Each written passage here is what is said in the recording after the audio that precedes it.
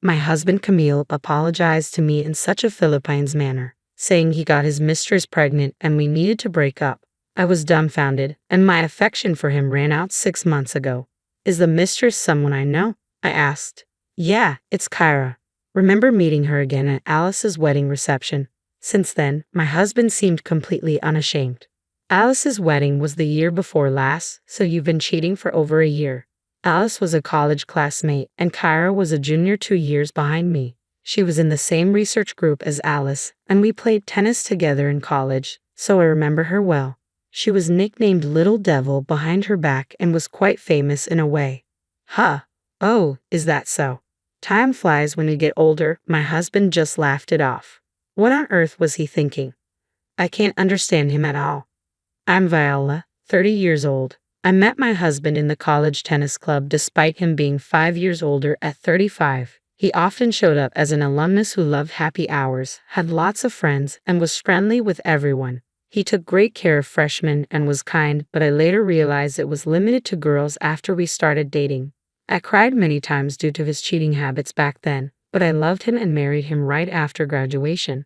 But once I started working, I got to know the real him, or rather, his useless side. He frequently appeared in the tennis club's clubhouse, acting all high and mighty with the juniors because he was completely ignored by his peers. The truth was he was so incompetent at his job that he wasn't given any serious responsibilities. Even now, there's no prospect of a raise or promotion. He's just a pretentious good-for-nothing who can't do his job or household chores. I tried various things to change him after we got married, but his refusal to change made me give up. The reason I had to divorce him wasn't just that work was busy and it was a hassle, but also because his parents were good people, a reason that had nothing to do with my husband himself. So look, we need to split up quickly because of the baby coming. You can have this apartment, and I'll leave.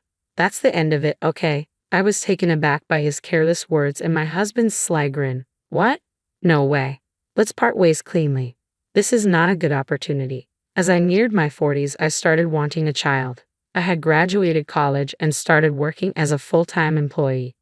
I found myself in a situation where I was earning more than my husband, and my company offered excellent parental and maternity leave benefits. I was ready to start a family, but despite our efforts, it just wasn't happening, and it broke my heart. The love I once felt for my husband had dwindled away, especially after discovering his affair and the news that he got the other woman pregnant. I was determined to cleanly and completely end the relationship. What infuriated me even more was his lack of remorse. Instead of apologizing, he simply voiced his needs and demands. It was evident that it was time to put an end to this unpleasant relationship that had dragged on for years. We would involve a lawyer, ask for compensation, and divide our property. And of course, we would expect something from Kyra as well. However, when I voiced my concerns about the financial aspect, my husband callously suggested that I take on the debt myself since it was his affair that caused the separation. When I glared at him, he relented, admitting that he might need his father's help to cover the expenses. I proceeded with the divorce proceedings and hired a lawyer. Despite multiple calls from my in-laws pleading with me to reconsider, I remained steadfast in my decision. Even my father-in-law broke down in tears, acknowledging that if I left, it would spell the end for him. My mother-in-law begged me to reconsider, expressing her love for me like her own daughter. But even they understood once I laid bare the truth about my husband's constant infidelity and laziness. Finally, they apologized profusely, hanging their heads in shame. They even paid the compensation in a lump sum on behalf of my husband, who had no savings of his own. They made him promise never to ask for their help again and to repay them promptly. I still can't fathom how such a careless and irresponsible man could come from parents as decent and responsible as his. I decided to retreat to my parents' house. The divorce proceedings, which I had anticipated as a hassle, wrapped up faster than I expected. Returning to my recently relocated family home, 6 months flew by. I found myself consumed by work on weekdays and occupied with household chores on weekends, leaving little room to dwell on my ex-husband. Then, out of the blue, my best friend Alice called, seething with anger from the moment she started speaking. Viola, did you know your ex-husband Camille and Kyra? They're living it up in a new high-rise apartment, flaunting their wealth everywhere. Kyra even had the audacity to invite me to her baby shower party. The presents alone cost over $100, and there's a $100 participation fee. It's outrageous, isn't it? She exclaimed. I was taken aback by the news. I hadn't realized that Kyra had given birth, let alone why she would reach out to Alice. Both my ex-husband and Kyra were well aware that Alice was my best friend. Why would Kyra even extend an invitation to her, knowing Alice would undoubtedly relay everything to me? When I tentatively mentioned this to Alice, her anger escalated even further. She did it deliberately, Viola. Deliberately. That awful woman had the nerve to tell me she's so happy now, thanks to Viola breaking up with Camille. Can you believe her audacity? She's the worst kind of person. I want to put her in her place somehow. Alice raged. That nickname from our college days resurfaced in my mind. Kara was always known as the little devil, stirring up trouble among seemingly happy couples. Even when relationships were strained because of her involvement, she remained composed, wearing a facade of innocence. If a couple splits up just because someone else shows interest, it wasn't true love to begin with, right? They would have broken up eventually anyway, so what's the harm? She'd say, her words dripping with sugary sweetness, all the while smirking knowingly. I felt a pang of pity for Kyra, realizing she might never have experienced genuine love. Despite this, I knew better than to involve myself with her, so I made the conscious decision to keep my distance, at least for the time being.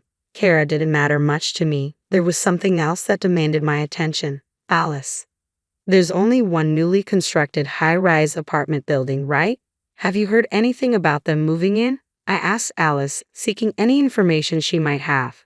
I've never met them, Alice quickly replied, but apparently it was very recent.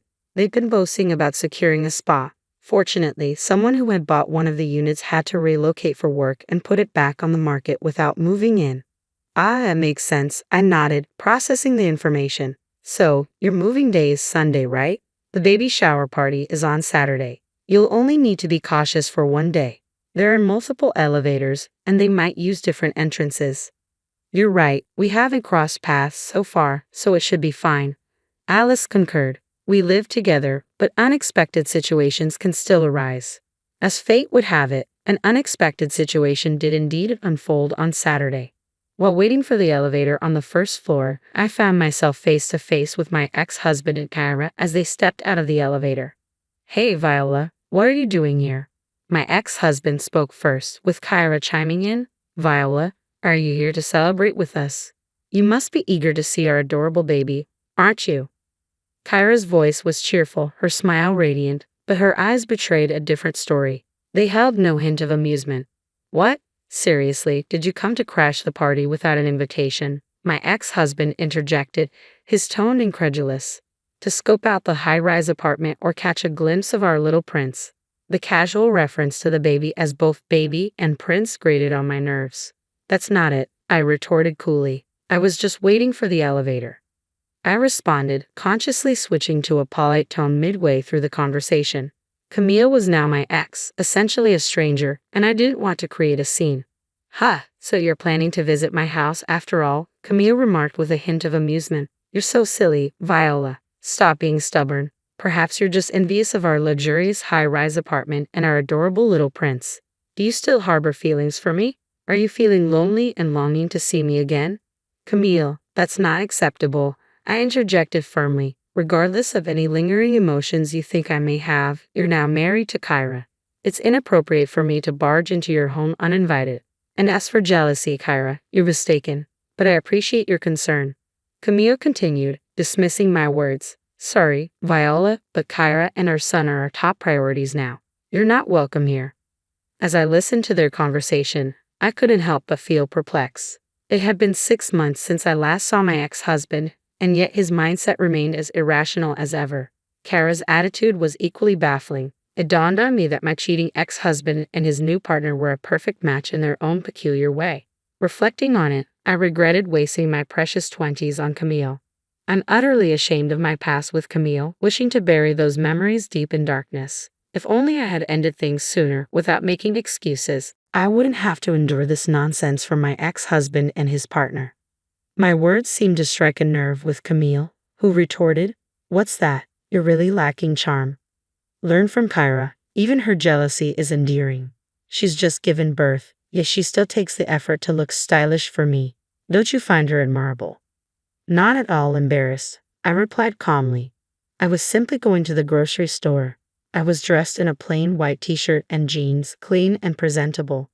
That's the problem. I grew tired of your simplicity. Camille snapped. Enough already. We have nothing to do with each other. Just go home.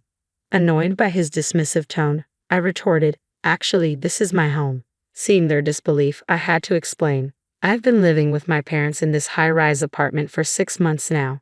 My father was approached by salespeople when talks of selling the land he owns arose. They suggested that living in a high-rise would be more convenient, especially as he's getting older.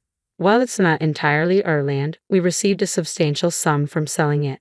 During negotiations, we were able to move into one of the higher floors for much less than market value. Camille was taken aback. You're landowners with that much money. If I had known, I wouldn't have agreed to the divorce. Give me back the compensation money. There's no need for a property settlement, I replied firmly. The compensation was a result of your affair, and the property settlement was a matter between us as a married couple. As I spoke, I noticed Kyra mumbling to herself, her silence speaking volumes.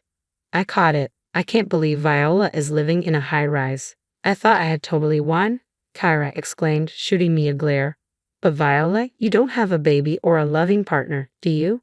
I haven't lost yet. Look, Kyra, I was never competing with you, I replied calmly. In fact, I'm thankful to you for giving me the opportunity to break up with Camille. Oh, and I'm moving out of my house tomorrow, so I don't think we'll see each other again. What? Why? You just moved into a high-rise, they both exclaimed in surprise. I shrugged, explaining, maybe it's a matter of different values. It just wasn't a good fit for my family. I found living in a high-rise unsuitable for hanging laundry outside. There are no balconies on the higher floors for safety, and only some windows can be opened. It wasn't suitable for my mother and me, who preferred drying laundry and bedding in natural sunlight and wind without using a dryer. Plus, the intense sunlight made it too hot even with the air conditioning on. The building also shakes quite a bit during even a magnitude 3 earthquake. It's designed to sway to prevent collapse, and the higher floors shake more. It was terrifying. Most stressful of all was the daily elevator ride. It gets crowded during the morning commute, and it takes time since it stops on each floor. The advertised 3-minute walk from the station felt much longer in the elevator. We were too bothered by the drawbacks unique to high-rise living, so we decided to move to a regular house with a garden. After all, luckily, our apartment sold quickly at almost the same price we bought it for. As I finished explaining, both my ex-husband and Kyra grinned. So we'll never see each other again. So, a high-rise wasn't suitable for commoners like you. It's more suited for an elite celebrity family like mine, Kyra remarked sarcastically. I couldn't comprehend how he arrived at that conclusion, but one thing became abundantly clear. What I grew to despise and ultimately gave up on was that facet of you, pretentiousness without substance, and unwillingness to change or exert any effort. I reached my breaking point with you, but it's all right now. You're beyond repair, so goodbye, I repeated, echoing my ex-husband's own words back to him. Stepping into the just-arrived elevator, I glanced at Kyra, who was glaring at both my astonished ex-husband and me. Right before the doors closed, I added one final remark. By the way, are you sure the child is truly yours? My ex-husband looked utterly perplexed, prompting me to clarify. I mean exactly what I said, right, Kyra? You understand what I'm implying, don't you? As the doors closed, I didn't know what transpired next in reality. However, during our struggle to conceive, I underwent tests at the gynecologist, which revealed no issues on my end. I began to suspect the problem might lie with my husband, but he adamantly refused to get tested. Hence, I delivered that incendiary parting shot.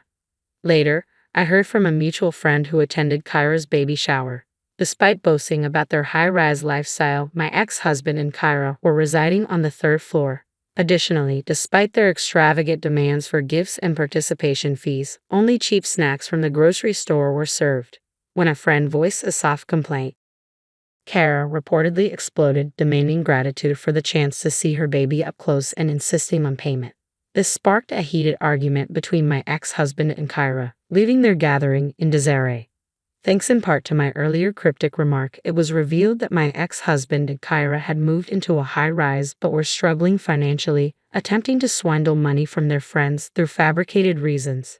Their deceit caused outrage among their friends, who promptly left.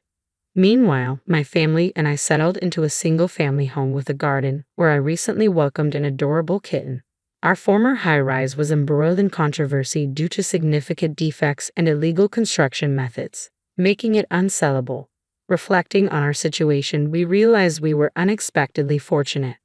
Now, I find solace in my severed ties with my ex-husband and cherish the tranquility of my peaceful days. As I hang the laundry on a sunny afternoon, my kitten sometimes curls up on the clothes, its adorable sleeping face bringing me a sense of contentment. Today, like many others, was a good day.